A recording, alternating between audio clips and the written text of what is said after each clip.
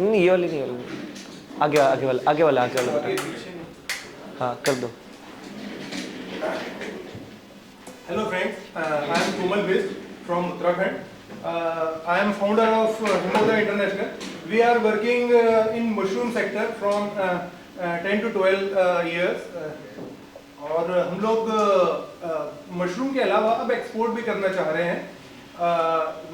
Mushroom जो है उसके साथ में हम लोग मशरूम में असल में बहुत सारे प्रोडक्ट होते हैं। मशरूम लगभग एक फंगी है और वो उसमें कम से कम 2000 टाइप के अलग अलग मशरूम होते हैं।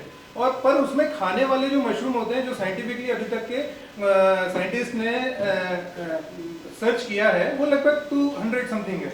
उसके साथ में अभी हम स्टार्ट करना चाह रहे हैं। स्पाइसेस है, मिलेट्स है। हमारे उत्तराखंड में जो ये जो है ये हेम्प सीड है। तो ये हेम्प सीड जो है बहुत रेयर है, इसमें बहुत ज़्यादा प्रोटीन की मात्रा होती है और उत्तराखंड में इसको बहुत खाया जाता है। इवन हिमालयन रीजन में पूरे जो है वहाँ पे काफ़ी खाया जाता है। ये हर्ब्स हैं, वहाँ पे आपको पता होगा कीड़ा जड़ी तो मशरूम में आता है। ये शिलाजीत आती है, अश्वगंधा आता है और ऐसे बहुत सारी ऐसी चीज़ें जिसकी काफ़ी डिमांड है all over the India and world. उसके बाद स्पाइस तो आपको पता ही है।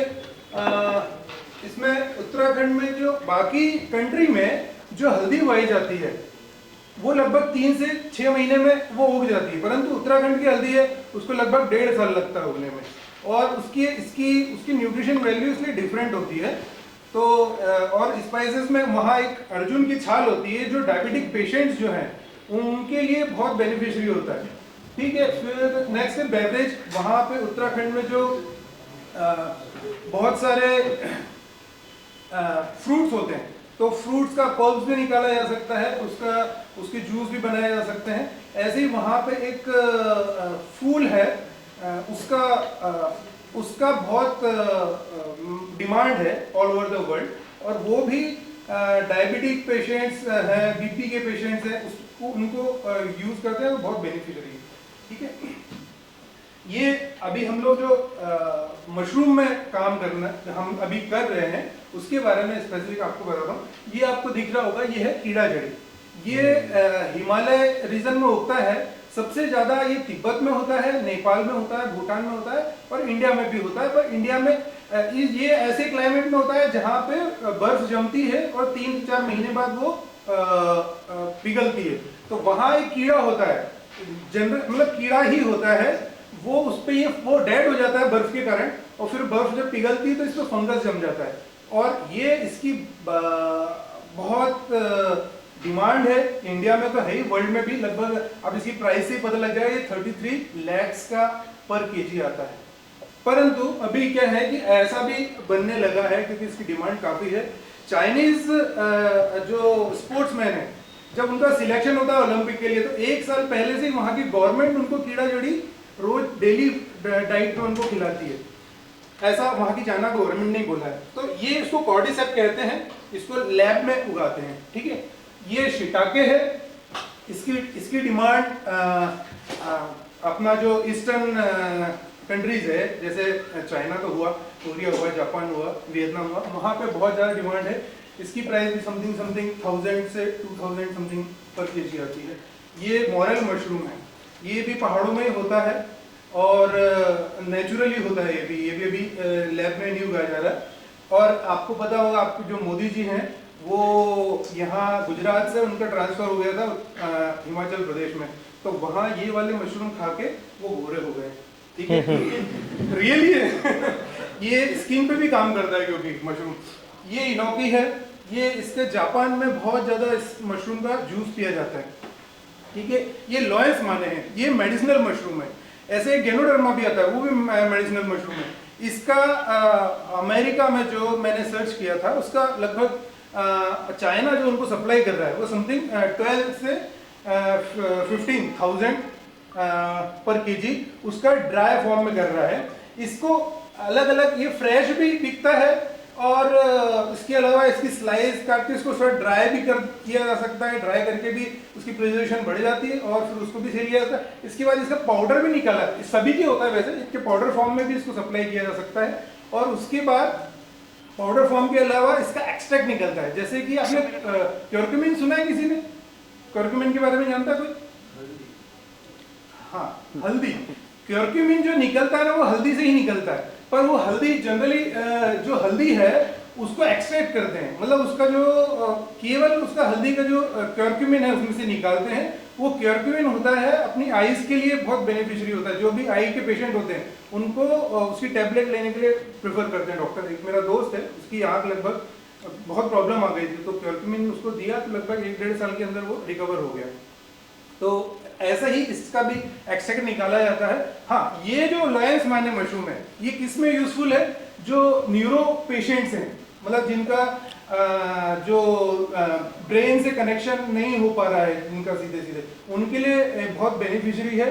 और इवन हम लोग भी खाते हैं, तो जैसे हमारी जो ब्राह्मी करके एक जड़ी बूटी होती है उससे दिमाग तेज होता है, वैसे इस लॉयंस माने मशरूम के खाने से भी दिमाग आपका तेज होता है। तो ये इंट्रोडक्शन तो दे ही दिया हमने इसका। ये ग्रोथ है असल में मशरूम की ऑल ओवर द वर्ल्ड। ये 5 कंट्रियों की ग्रोथ है। ये हर साल असल में, ये मैंने 2015 से लिया है, 2016 असल में लगातार ये बढ़ता ही जा रहा है इसकी growth all over the world. इसमें 5 कंट्रीज मेन है जहाँ पे बहुत ज़्यादा इसका इंपोर्ट किया जा रहा है।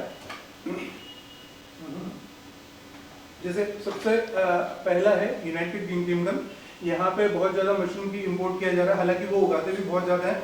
यूरोप में ही असल में टेक्नोलॉजी स्टार्ट हुई थी नीदरलैंड से, कि कैसे मशरूम को इंडोर मेथड से कैसे उसको उगाया जाए। ठीक है, पहले तो जंगलों में नेचुरली होता था, अब वो वहाँ पे नीदरलैंड में, और नीदरलैंड की टेक्नोलॉजी सबसे बेस्ट होती है, ऐसा साइंटिफिकली प्रूवन है। फिर पर अब चाइना ने सब चीज़ों को टेक ओवर कर दिया, वो बहुत ज़्यादा प्रोडक्शन करते हैं, तो सबसे ज़्यादा चाइना ही एक्सपोर्ट करता है, उगाता भी है, खाते भी हैं वो और एक्सपोर्ट भी करते हैं।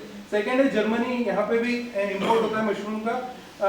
ये यूनाइटेड स्टेट अमेरिका तो है ही, अमेरिका में मैंने बताया बात भी हुई थी मेरी।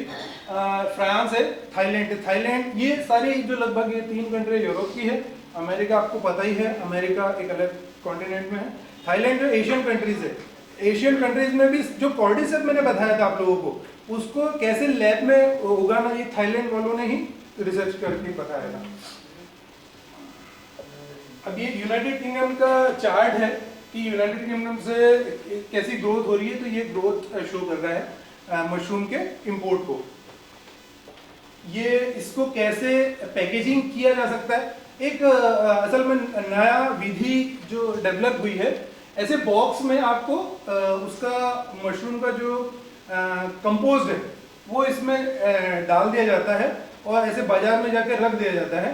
उसमें इसमें साइड में थोड़े थोड़े से बाद में आप घर ले जाके उसको छेद कर सकते हैं और थोड़े दिन में वो फिर उसमें से निकलने लगता है अपने पास मशरूम। तो आप लगभग उसको 1.5 महीने 2 महीने तक उसमें से मशरूम निकलता रहता है, आप हर 2-4 दिन के बाद खा सकते हैं उसको। ऐसा ये एक अभी लेटेस्ट 2-1 साल से स्टार्ट हुआ है। ये इसमें पैकेजिंग है। नहीं, वो शार्क टैंक वाला वहाँ के कॉपी कर रही है, सब यूरोप वालों ने पहले से ही स्टार्ट कर दिया है, वो तो कॉपी कर रहा है। जैसे ये इसके बॉक्सेस हैं, इसमें इसको कैसे पैकिंग करते हैं। असल में मशरूम अगर पेरिशेबल आइटम है तो उसको बहुत लंबे समय तक 4 दिन उसके प्रिजर्वेशन लाइफ होती है। बस प्रिजर्वेशन मतलब अगर प्रिजर्व करना है तो फिर उसको ड्राई करना पड़ेगा और उसके स्लाइस काट के भी उसको ड्राई किया जाता है, उसको पाउडर फॉर्म में भी ड्राई किया जाता है। ये उसकी कवरिंग होती है बॉक्सेस की, इससे ये जैसे ये रैप किया हुआ है, इससे रैप होता है। ये भी आपको ये प्रोटेक्ट करता है आपके मशरूम को, उसको ह्यूमिडिटी और बाकी जो बैक्टीरियाज है उससे प्रोटेक्ट करता है।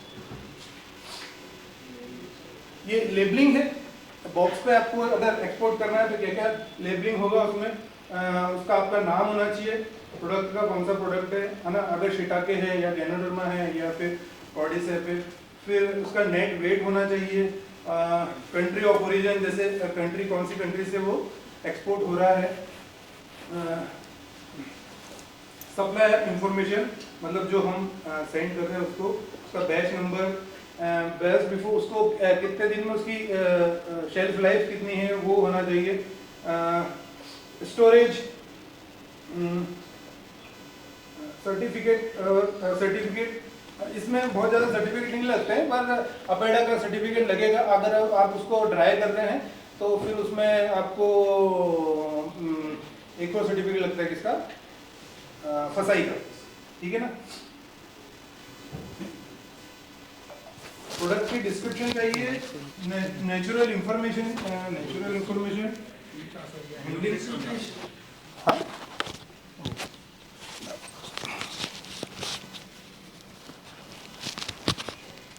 लग ही नहीं रहा, ठीक है। बारकोड होना चाहिए उसमें, एक्सपोर्ट बारकोड होना चाहिए, एक्सपोर्ट स्पेसिफिक इंफॉर्मेशन, आपका लोगो होना चाहिए कंपनी का आपका, और मार्केटिंग डिटेल होनी चाहिए, ठीक है। नेक्स्ट, ये असल में कौन सी कंपनियां सप्लाई कर रही है, ये जो आपके असल में कॉम्पिटिटर है दुनिया में, कौन कौन से टॉप 10 कंट्रीज़ हैं, ये आपका चार्ट शो कर रहा है। सबसे ज़्यादा चाइना कर रहा है, देखिए आप इसमें शो कर सकते हैं कि जितना करना चाहिए डिमांड है वर्ल्ड में उससे ज़्यादा वो कर रहा है चाइना, इसीलिए सबसे बड़ा कॉम्पिटिटर है। बाकी प्रोडक्ट में भी है, मशरूम में भी सबसे ज़्यादा है, पोलैंड है, नीदरलैंड है, ये खुद अपना उगाते भी हैं और सेल भी करते हैं। नीदरलैंड मैंने पहले ही बताया सबसे अच्छी टेक्नोलॉजी इनकी होती है मशरूम में। जर्मनी है, अपना इंडिया भी first second third fourth fifth पे है, और फिर आगे ये कंट्री आप देख ही रहे हैं इसमें। तो आपके जो बायर है, आप एम्बेसी से या आप बाकी डाटाबेस वाली कंपनियां उनसे आपको जब मिलता है सामने बायर का नंबर या ईमेल, तो आपको ईमेल कैसे करना है उसको, ये आपको चार्ट दिया हुआ है, ठीक है। आप ऐसे ईमेल करिए, first email, second email, third email, छोड़िए, पीछा मत छोड़िए उसका।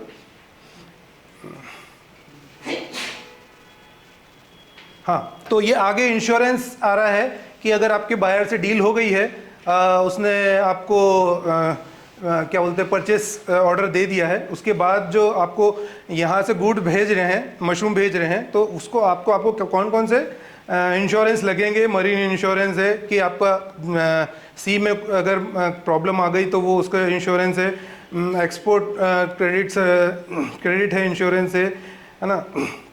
बाकी आपको देख ही रहे हैं इसमें, और पढ़ लीजिएगा आगे। All risk covered by all kind of food like, ये तो उसका हो गया ठीक है। तो ठीक है, thank you. If you have need और any questions please contact here. बहुत बढ़िया